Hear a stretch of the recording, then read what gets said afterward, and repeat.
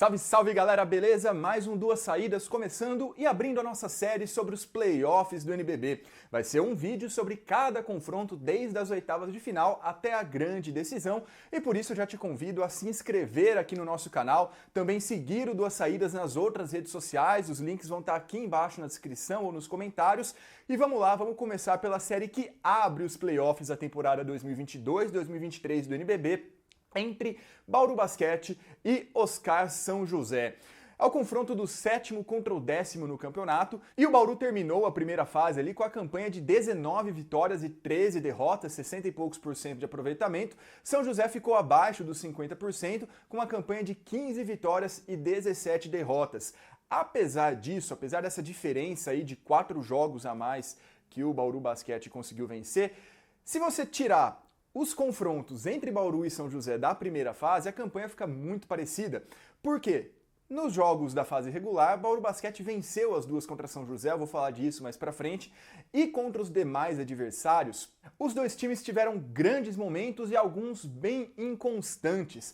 Venceram de grandes times em partidas em que não eram os favoritos e, por outro lado, desperdiçaram algumas vitórias ali contra equipes que nem se classificaram aos playoffs de maneira até um pouco inesperada em alguns momentos. Obviamente, o São José é um pouco mais do que o Bauru, a própria tabela final reflete isso, mas foram campanhas bem semelhantes, inclusive num esforço maior de imaginação. Se o São José tivesse vencido as duas do Bauru Basquete, a campanha seria exatamente a mesma, tá? Mas o se não entra em quadra. Então vamos falar um pouquinho do que a gente pode esperar nesse time, né? Nesse confronto, na verdade. O Bauru Basquete ficou ali na 7ª posição e por isso tem a vantagem do mando de quadra nos playoffs, ou seja, isso vale para todas as séries. Os times que ficaram de 5º ao 8º vão ter até 2 jogos em casa e vão decidir a série dentro dos seus domínios. Então, o playoff abre na casa do time de melhor campanha, depois de pior campanha, perdão, depois vai para o time de melhor campanha e, se necessário, um terceiro jogo, no caso de Bauru e São José, será novamente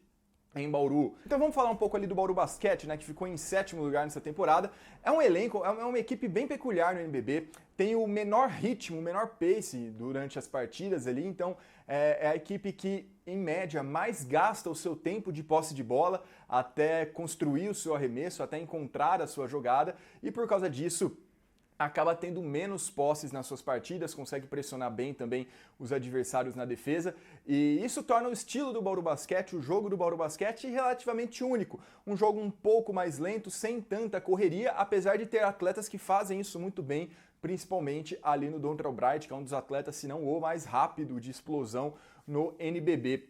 Além disso, né, é uma equipe que consegue dosar muito bem, que escolhe, na verdade, por dosar muito bem as bolas mais embaixo, as bolas mais abertas, e tem especialistas nas duas posições, tá? Nas duas funções nessa hora de fazer esse arremesso. É um time, obviamente, liderado, capitaneado pelo Alex Garcia, que segue em alto nível, é o cestinha do time na temporada, mas consegue ter um apoio muito bom ali, principalmente de Gemerson, Fusaro, que são um pouco mais constantes e com maior volume na pontuação, mas Bright, Larry Taylor, Anderson Rodrigues, tem outros nomes ali também, Emmett Holt, que acabam influenciando bastante nessa situação, nessa distribuição de jogo do Bauru Basquete, que é o atual campeão da Liga Sul-Americana, conseguiu um título importantíssimo nessa temporada, o Bauru Basquete, e agora vai para os playoffs tentando aí chegar numa quartas de final, quem sabe surpreender um pouco mais lá na frente. Só que do outro lado, você tem um São José que, apesar de ter sido bem irregular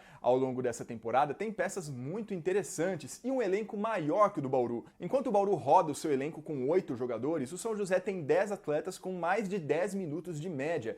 Então, no caso de uma emergência, uma lesão ou uma ejeção por falta, São José tem mais como revezar, mais atletas ali para entrar em quadra.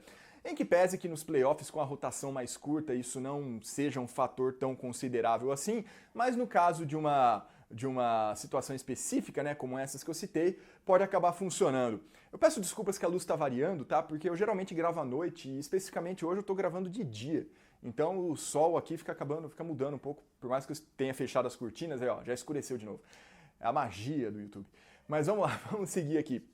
O São José tem na sua principal peça o Diego Figueiredo, armador argentino que já está há alguns anos disputando competições aqui no Brasil, e essa é disparada a sua melhor temporada em solo brasileiro, é o grande líder da equipe na organização do jogo, na pontuação também, mas que também conta com caras muito experientes e de impacto nesse ano. Se você pegar ali o trio Carbonari, Ed, Douglas Nunes, todos eles disputaram todas ou quase todas as edições do NBB. Você também tem Dimitri Souza, que chegou há pouco tempo no basquete brasileiro, depois de um bom tempo ali nas divisões inferiores da Itália, e é um cara que concentra muito as ações em suas mãos, né? Finaliza muito as ações do São José quando está em quadra também. Arthur Peco, Serjão, Green. Qual que é o grande problema do São José, que acaba pesando um pouco contra, principalmente diante de uma equipe como o Bauru Basquete? São José tem uma das piores defesas do NBB, é a quinta pior defesa do campeonato.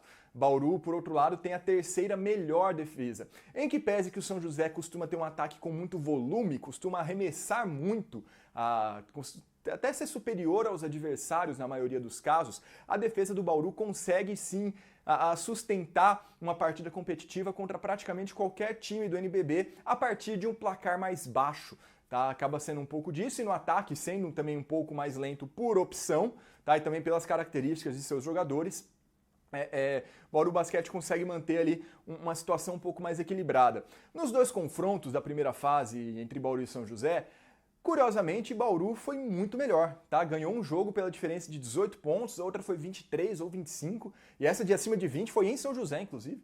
E isso pesa bastante na expectativa para esse confronto, para ver quais ajustes que o São José vai tentar fazer para que esse cenário não se repita. Por mais que playoff seja um outro campeonato, mas a retrospectiva é totalmente favorável para o Bauru Basquete. Inclusive com todos os seus atletas jogando muito bem contra São José em pelo menos um dos jogos, tá? Não foram partidas em que um jogador ou outro destruiu. Aliás, essa é uma tônica do Bauru, né? Isso quase nunca acontece. É sempre todo o conjunto, todo o elenco que se destaca. Raramente você tem alguém despontando na pontuação muito mais que os outros.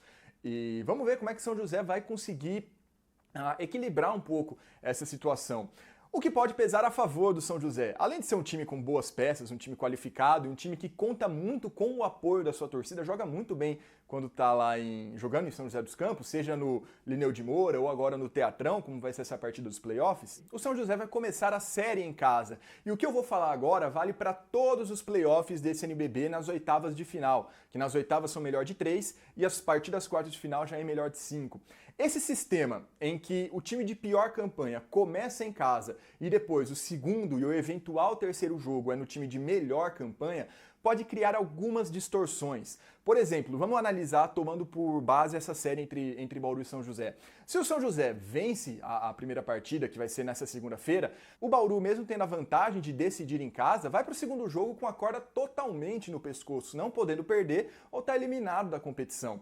Então você dá uma vantagem logo de cara para o time de pior campanha de jogar em casa e depois você pode acabar pressionando, estrangulando um pouco os times que ficaram acima da tabela. Isso é um efeito colateral desse sistema que escolheram, tá? O mais justo, acho que até um senso comum, numa série melhor de 3, seria começar na melhor campanha, depois a pior e por último a melhor de novo. Mas acontece nesse sistema de ao invés de ser 1-1-1, ser 1-2, né?